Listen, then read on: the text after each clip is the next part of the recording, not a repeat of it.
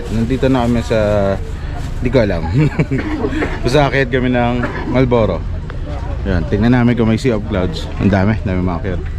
So, yan, saging lang kami dito. Hindi na ako nakapag-vlog kagabi, pagod na. So, ngayon na ulit. Alright. Mamaya na, maglalakad na lang kami. So, dito na kami sa Malboro Hill. So, mga 1 hour trek lang naman.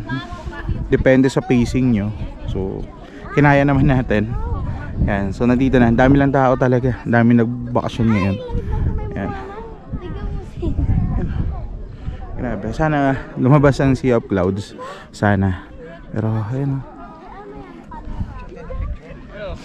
Alright. Alright. So, mukha talagang negative tayo sa Sea of Clouds. Grabe o. Baka sa iba tayo.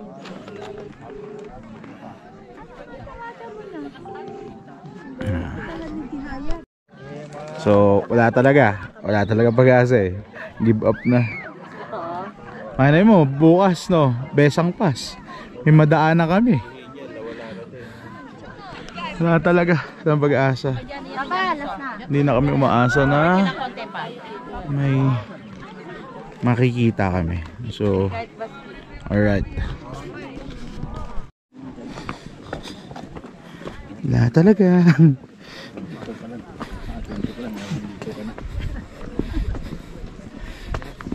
Alrighty. Sea of Pugs. Sea of Pugs. Ito po meron ngayon, Sea of Pugs. Alright.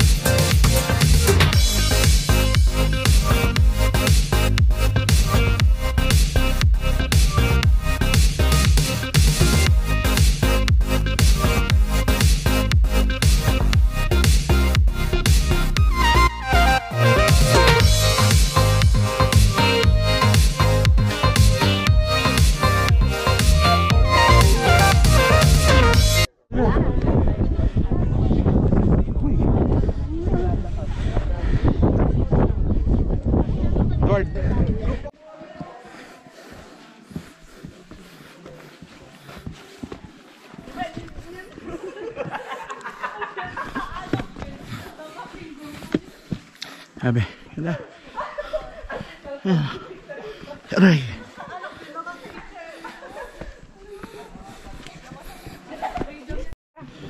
Ganda. Alright. Ko lang Twilight, ganun. Ganda. Edward, maya ka na. Pa-picture. Dito lang. Dito. Alright. So, nasa forest na tayo.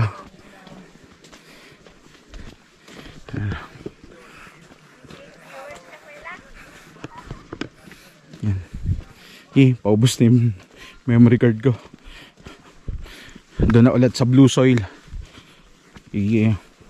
So hindi pa pala ito yung blue soil. Lalakad pa. Alright. Yan na lang. Parang pinaka checkpoint pahinga din. Let's go. Alright. Parating na kami. Reverse kami. Pabaliktad yung galang mo.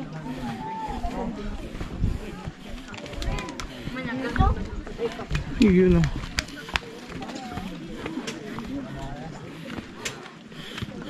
Grabe.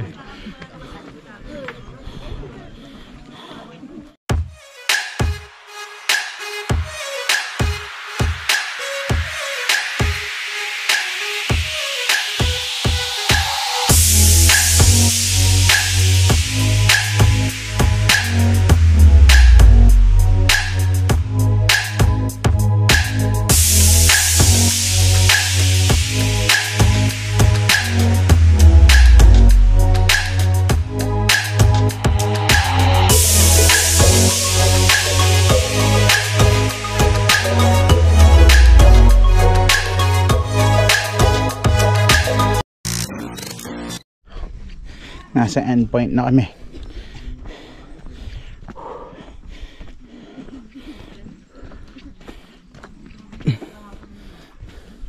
Sabiners po. Good morning po. Tuloy. Hindi pa pala to endpoint.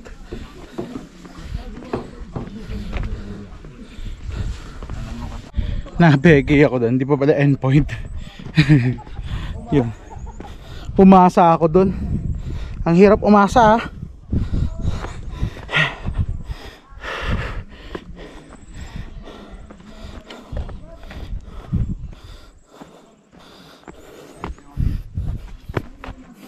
Alright. So, ito na talaga ang endpoint. Ayan. Kita nyo na dyan. Mga sakyan. Mga danadaan na namin. Alright.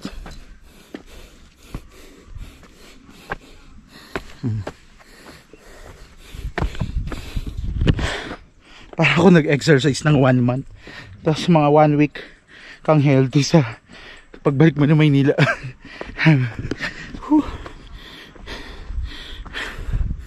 Alright.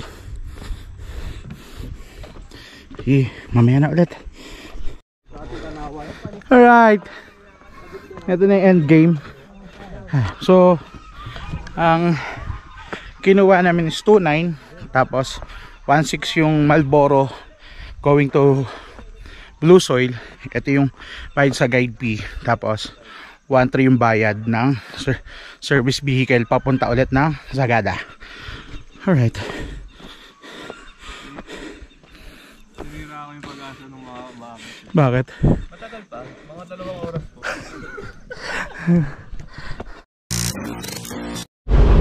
Yan, dito na kami sa sasakyan.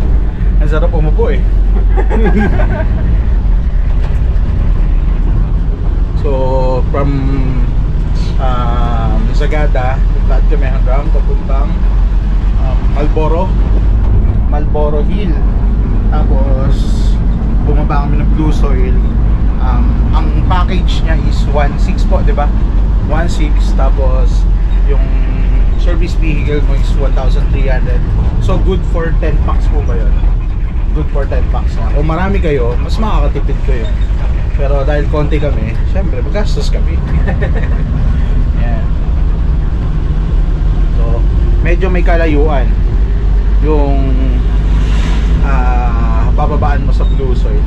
Pero paano po kung yung kunyari may van sila, pwede silang yung van na lang nila yung susundo sa kanila, parang gano'n. O kung may driver sila, kung may driver okay lang. Yun. So kung may driver kayo, kung may van, ang tanong kung kasama sa driver nyo yung biyahe na itong yung biyahe ng Ano ba ang bagay naman ko yung driver mo? hindi, kung ano lang yung iikot Pinag-drive mo nun. yan, so yun. Alright. Yeah. Kaya, Ha? Doming. Kuya Omeng. Doming. Si Kuya Domeng, siya yung hanapin nyo kapag tawag dito, nag-tour kayo dito sa Sagada. Yan, makakontak siya dito sa Eastern Sagada lang. Yan. Thank you po. Kuya, thank you ha.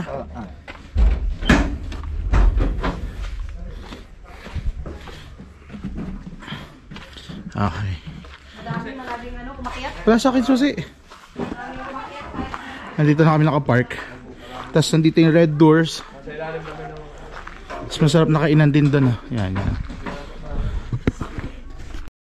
Naglalakad na naman kami. Kasi magla-lunch. Dito kami magla-lunch sa yung nakataob na bahay. Yan.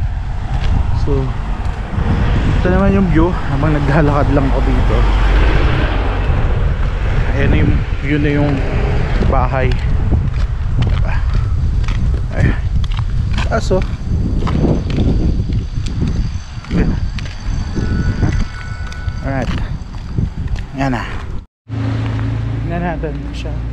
Sea of clouds. Ay, sea of clouds. So, ito yung bahay na nakataob. Diba? Yan. Pangalan ay isang Wow Cafe by the Clouds, Pampanga Heights, Sagada. Yan, ganda. Alright. CV400. Ano no? Super 4, old school na oh.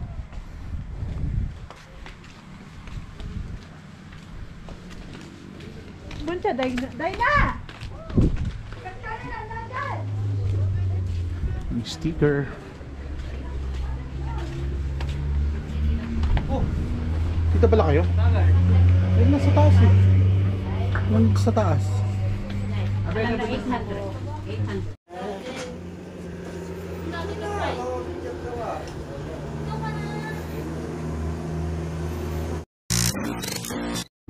Alright, time check 4:53 AM, 5 alis kami. Nag-cold start lang. Tapos yun, dito kami nag-stay sa Eastern Sagada. So binayaran namin 4,000 na 2 days na yon. Kasi medyo mataas, pero pang 4 persons yun. So ibig sabihin 500 pesos per day. Kung apat kasi yun eh, bali dalawang double bed, double deck ba. Ayan, so alright, ang lamig talaga dito ngayon, tapos ang hamog. So probably estimated mga 11 hours na ride to, Sagada to Cavite na. Besang Pass ang daan namin, Tagudin, Ilocos Sur, kasi para ma-traffic yung ano, yung Baguio. Alright, so ingatan nyo po kami sa aming paglalakbay.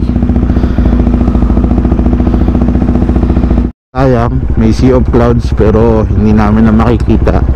Sa pauwi na kami.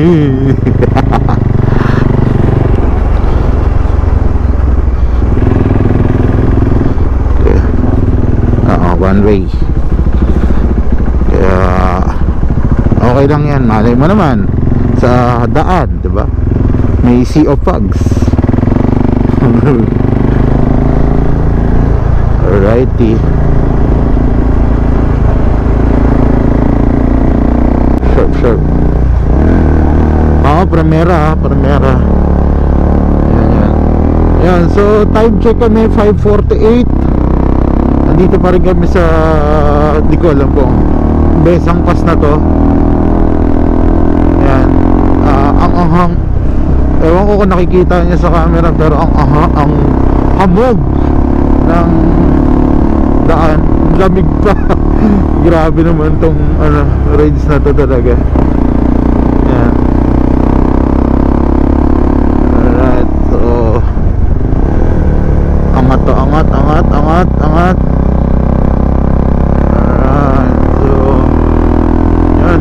Yan lang yung langit oh, yung buwan. Malapit na kami sa buwan.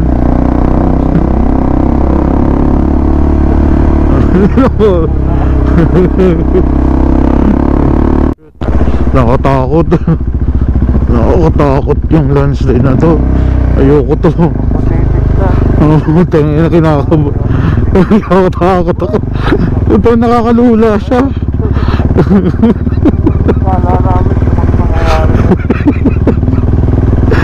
Ayun, nakikita. Nakakano, no? Ang lalaki pa ng bato, Brad. Hindi siya birong bato, ah. Ganyan pala itsura ng landslide pala, no? Kaya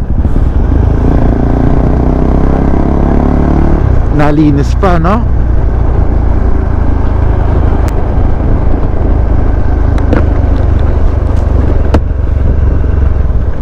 Uy, kotse, turbada yan, ha?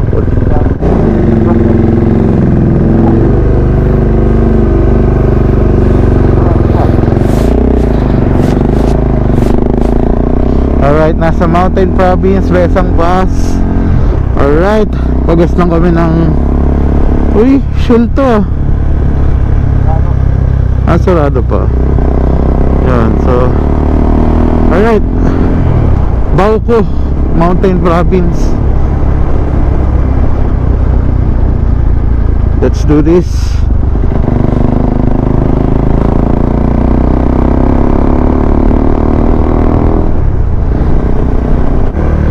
Hindi ako inabol.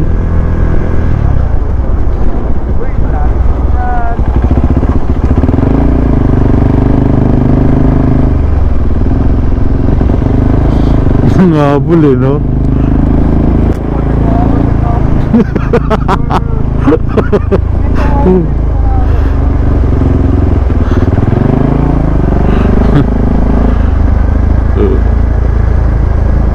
Ayun, no?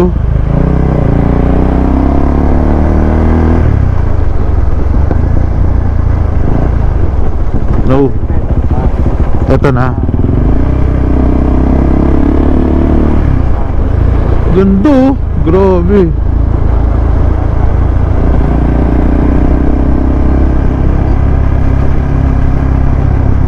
Yun, no? Bro, boto.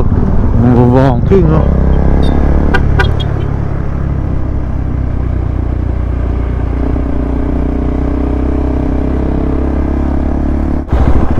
Sea of clouds, oh. Grabe.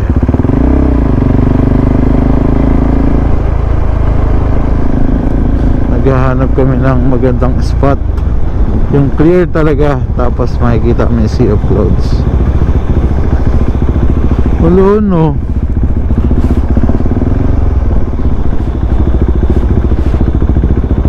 Doon pa tayo dadaan, eh, oh. Grabe yung sea of clouds. Diretso ba tayo? Dito nagsisimula yung Besang Pass talaga.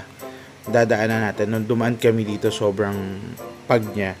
So yung makikita natin dito sa GoPro, ito din yung nakikita namin sa daan. Sobrang nagbablurred talaga kasi halos wala ka talaga makita sa daan. Yan, so titingnan mo talaga, 'di ba? Sobrang dilim talaga. Hindi siya madilim, maliwanag actually. Pero puro white lang yung makikita mo. Parang nanood ka ng movie na Mist. Ganon yung pakiramdam mo dito. Tsaka, yan, malabo talaga siya. Alright.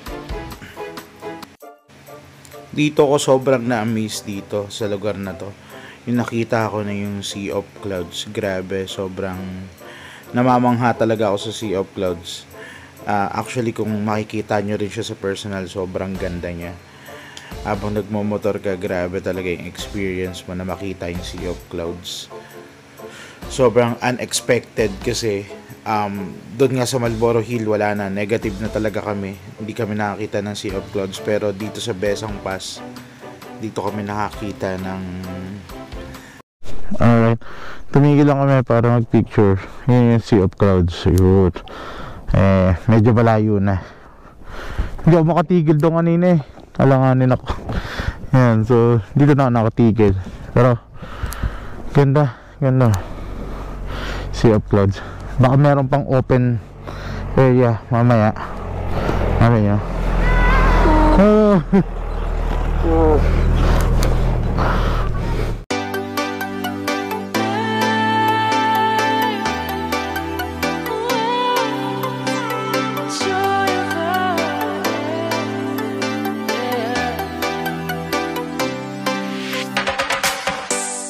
Joy of the first steps of a child. It's the joy of your great-grandmother's smile. We came a long way, but we ain't slowing down. We got a strong pace, no we ain't losing ground. We won't give up and we won't turn around. Look at the big wide world we're living in. Yeah, I'll keep running until I discover it.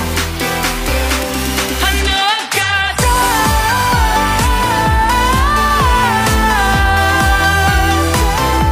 I know I've got drive. Can't be wasting my time. You make friends all along the way, to break bread on another day. Always there to give you advice, help you find the wrong from the right.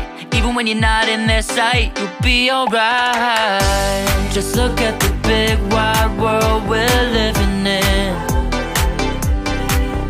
Yeah, just keep running until you discover it. Yeah, you'll be amazed.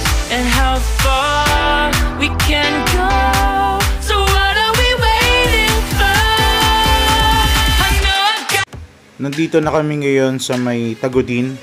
Paglabas mo doon sa Tagudin Road na yon, yung Besang Pass, pinakalalabasan mo yung highway ng Tagudin, Ilocos Sur.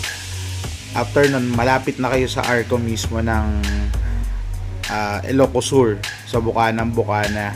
Konting drive lang, makakarating agad kayo doon sa Ilocos Sur na Arco. So ganun lang siya katulin, and gandaan doon, walang traffic, dire-diretso kami. Alright, ayan na ang Ilocos Sur na Arco, napakaganda. So paalam Ilocos Sur, hanggang sa susunod, babalikan ka namin. Ay,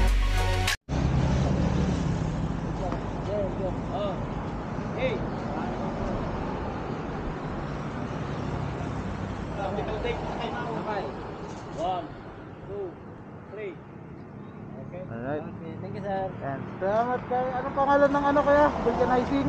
Vulcanizing Cementel. Pimentel.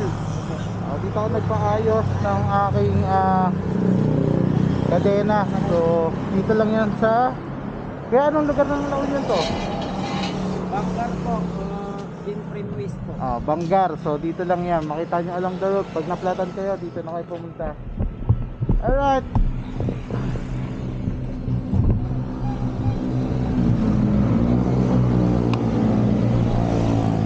Sa camera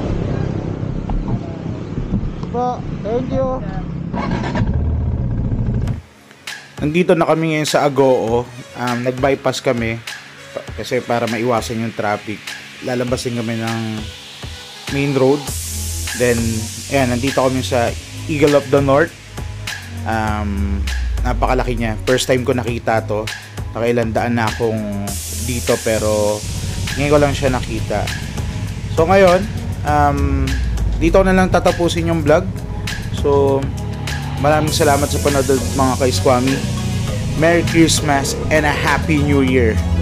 Yeah.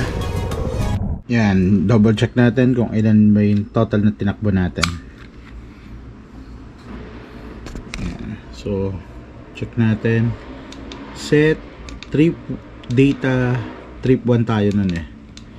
Trip 1, so 1,706.4 km yung tinakbo natin total, yung buong North Loop. Tapos yung trip time, which is ibig sabihin yung uma-under yung engine natin, is 29 hours and 14 minutes. So yan, alright. Ganun pala kalayo yung tinakbo namin. Alright.